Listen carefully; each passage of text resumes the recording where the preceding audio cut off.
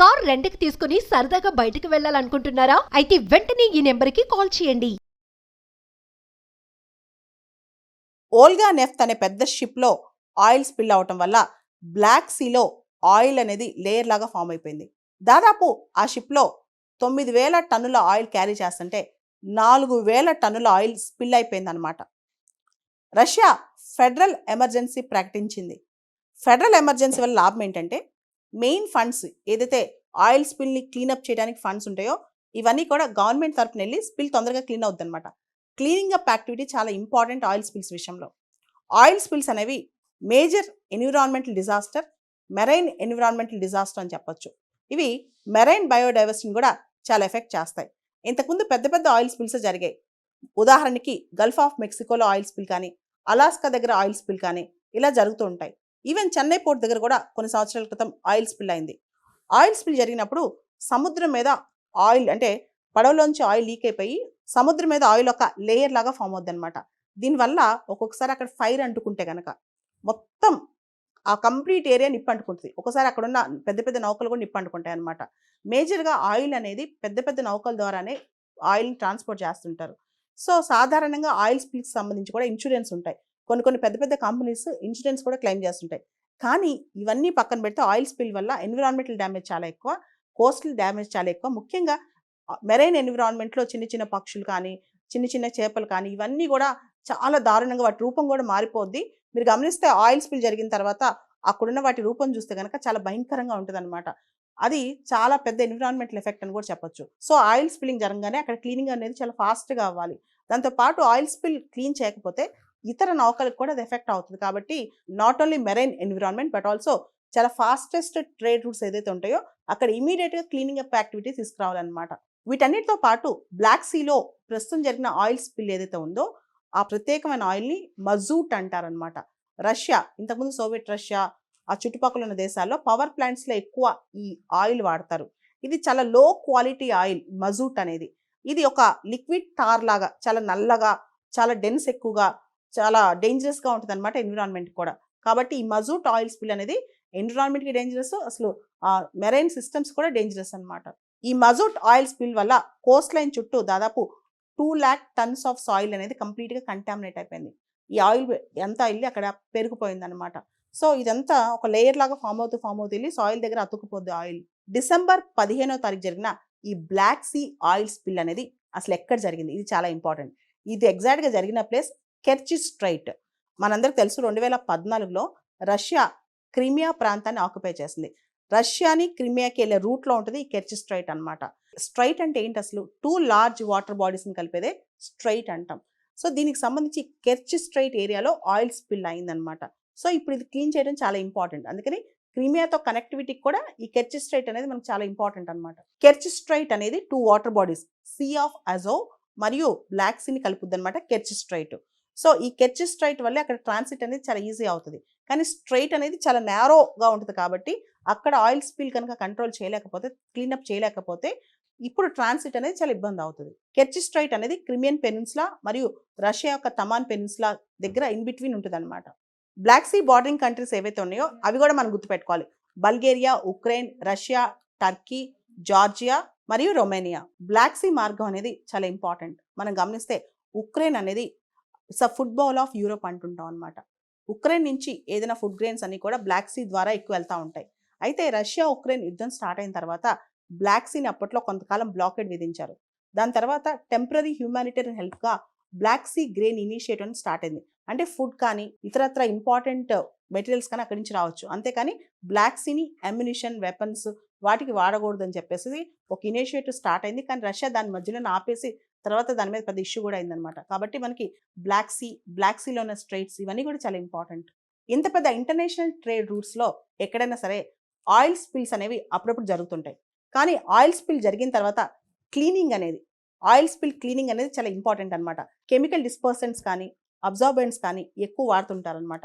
అంతేకాకుండా oil స్పిల్స్ని remove చేయడానికి washing, flushing, అదేవిధంగా అబ్జార్బెంట్ మెటీరియల్స్ ఇవన్నీ వాడుతుంటారనమాట. ఓల్గా నెఫ్ట్ అనే పెద్ద షిప్లో ఆయిల్ స్పిల్ అవటం వల్ల బ్లాక్ సీలో ఆయిల్ అనేది లేయర్ లాగా ఫామ్ అయిపోయింది.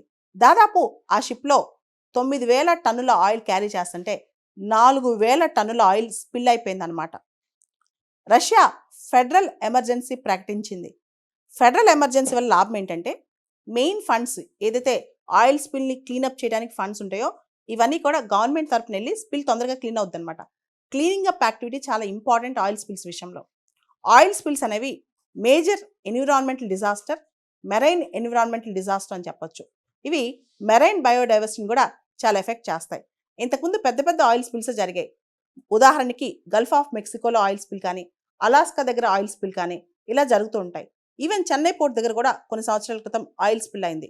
ఆయిల్ స్పిల్ జరిగినప్పుడు సముద్రం మీద ఆయిల్ అంటే పడవలోంచి ఆయిల్ లీక్ అయిపోయి సముద్రం మీద ఆయిల్ ఒక లేయర్ లాగా ఫామ్ అవుద్ది అనమాట.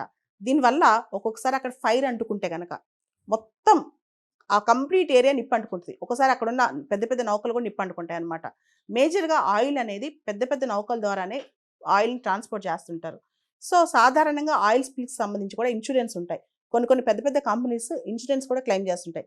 కానీ ఇవన్నీ పక్కన పెడితే ఆయిల్ స్పిల్ వల్ల ఎన్విరాన్మెంటల్ డ్యామేజ్ చాలా ఎక్కువ, కోస్టల్ డ్యామేజ్ చాలా ఎక్కువ. ముఖ్యంగా మెరైన్ ఎన్విరాన్మెంట్లో చిన్న చిన్న పక్షులు కానీ, చిన్న చిన్న చేపలు కానీ ఇవన్నీ కూడా చాలా దారుణంగా వాటి రూపం కూడా మారిపోద్ది. మీరు గమనిస్తే ఆయిల్ స్పిల్ జరిగిన తర్వాత అక్కడున్న వాటి రూపం చూస్తే కనుక చాలా భయంకరంగా ఉంటుందన్నమాట. అది చాలా పెద్ద ఎన్విరాన్మెంటల్ ఎఫెక్ట్ అని కూడా చెప్పొచ్చు. సో ఆయిల్ స్పిల్లింగ్ జరగగానే అక్కడ క్లీనింగ్ అనేది చాలా ఫాస్ట్గా అవ్వాలి. దాంతోపాటు ఆయిల్ స్పిల్ క్లీన్ చేయకపోతే ఇతర నౌకలకు కూడా అది ఎఫెక్ట్ అవుతుంది. కాబట్టి not only marine environment but also చాలా ఫాస్టెస్ట్ ట్రేడ్ రూట్స్ ఏదైతే ఉంటాయో అక్కడ ఇమీడియట్గా క్లీనింగ్ అప్ యాక్టివిటీ తీసుకురావాలన్నమాట. వీటన్నిటితో పాటు బ్లాక్ సీలో ప్రస్తుతం జరిగిన ఆయిల్ స్పిల్ ఏదైతే ఉందో ఆ ప్రత్యేకమైన ఆయిల్ని మజూట్ అంటారనమాట. రష్యా, ఇంతకుముందు సోవియట్ రష్యా, ఆ చుట్టుపక్కల ఉన్న దేశాల్లో పవర్ ప్లాంట్స్లో ఎక్కువ ఈ ఆయిల్ వాడతారు. ఇది చాలా లో క్వాలిటీ ఆయిల్ మజూట్ అనేది.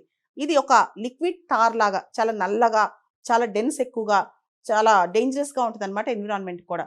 కాబట్టి ఈ మజూట్ ఆయిల్ స్పిల్ అనేది ఎన్విరాన్మెంట్కి డేంజరస్, అసలు మెరైన్ సిస్టమ్స్ కూడా డేంజరస్ అనమాట. ఈ మజూట్ ఆయిల్ స్పిల్ వల్ల కోస్ట్ లైన్ చుట్టూ దాదాపు 2 lakh tons ఆఫ్ సాయిల్ అనేది కంప్లీట్గా కంటామినేట్ అయిపోయింది. ఈ ఆయిల్ ఎంత వెళ్ళి అక్కడ పెరిగిపోయింది అనమాట. సో ఇదంతా ఒక లేయర్ లాగా ఫామ్ అవుతూ వెళ్ళి సాయిల్ దగ్గర అతుక్కుపోద్ది ఆయిల్. డిసెంబర్ 15వ తారీఖు జరిగిన ఈ బ్లాక్ సీ ఆయిల్ స్పిల్ అనేది అసలు ఎక్కడ జరిగింది, ఇది చాలా ఇంపార్టెంట్. ఇది ఎగ్జాక్ట్గా జరిగిన ప్లేస్ కెర్చి స్ట్రైట్.